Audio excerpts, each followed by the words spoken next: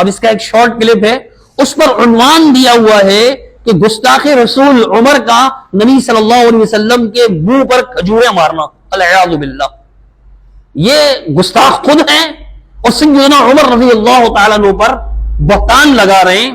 اللہ ہی ان کے اس بہتان کا ان سے حساب لے. اب اس کا جھوٹ سنیں, اس کی اپنی زبان سے کیا پیش کر رہا ہے. مسند احمد ابن حنبل تحقیق شیخ حمزہ احمد الزین, یہاں پر صفحہ نمبر 315, اور یہ جلد نمبر ہے کون سا, جلد نمبر ہے بھائی 15.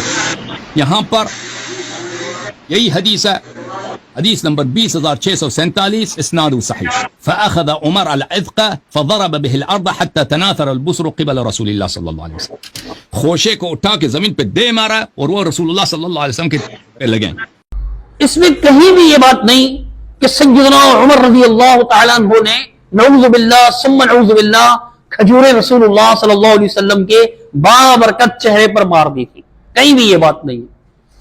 جو روایت کے الفاظ اس نے پڑھے ہیں, اب اس نے جو الفاظ پیش کیے ہیں مسند احمد سے, تو اسی کا اسکین دیکھ لیں. اس میں فَأَخَذَ عُمَرُ الْغِثْقَ فَضَرَبَ بِهِ الْأَرْضَ حَتَّى تَنَاثَرَ الْبُصْرُ قِبَلَ رسول اللہ صلی اللہ علیہ وسلم. بس عمر نے وہ خوشہ زمین پر دے مارا یہاں تک کہ کھجور کے دانے بکھر گئے.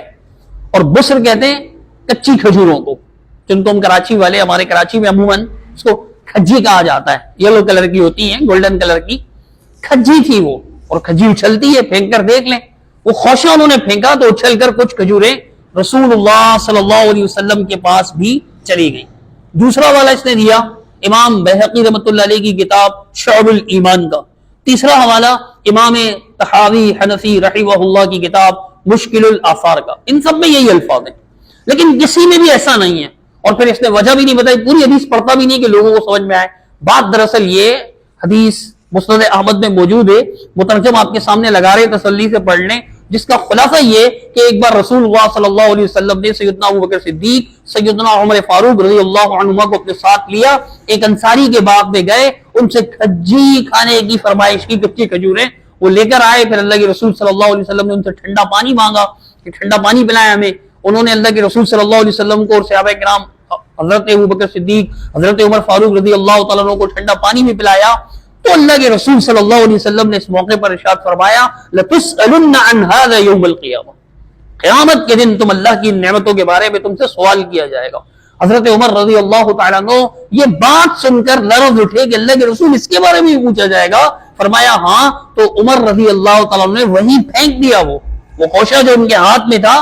اس سے ثابت ہوتا ہے کہ ان کے دل میں اللہ کا ڈر تھا, خوف تھا. اب وہ اچھل پڑی, کچھ اللہ کے رسول کے طرف بھی گر گئی, اچھل کر اللہ کے رسول صلی اللہ علیہ وسلم کی طرف بھی چلی گئی. قریب ہی بیٹھے ہوئے تھے. ایسا نہیں ہے کہ انہوں نے جو ہے نا پٹک دیا اور اللہ کے رسول صلی اللہ علیہ وسلم کے چہرے پر مار دیا. یہ عنوان جعلی ہے, جھوٹا ہے, اور سیدنا عمر کو گستاخ کہنے والے خود گستاخ ہیں. اللہ کے رسول صلی اللہ علیہ وسلم کی طرف جھوٹ منسوب کرنے والے ہیں. اللہ کے رسول صلی اللہ علیہ وسلم پر نازل ہونے والے قرآن کو ناقص کہنے والے ہیں. حقیقی گستاخ یہ ہیں. سیدنا عمر فاروق رضی اللہ تعالیٰ عنہ تو رسول نبی مکرم صلی اللہ علیہ وسلم کا انتہائی ادب و احترام کرنے والے تھے. اللہ تعالیٰ ان جھوٹوں کے مکر و فریب سے ہمیں محفوظ رکھے.